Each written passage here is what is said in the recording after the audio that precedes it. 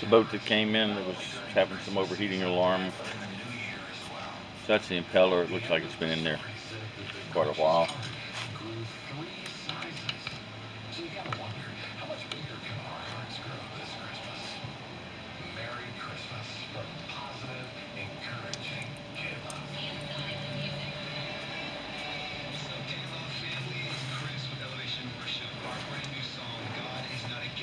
And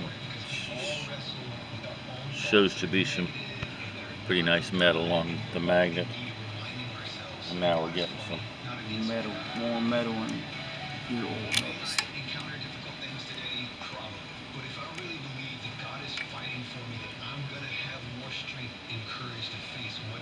Yeah.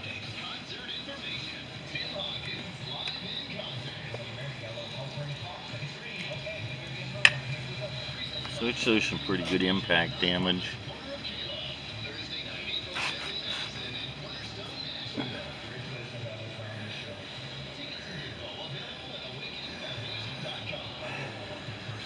Okay, so we'll just let her drain and do a pressure check and see where the water's coming from and make a decision on what we think about the metal that's coming out of there.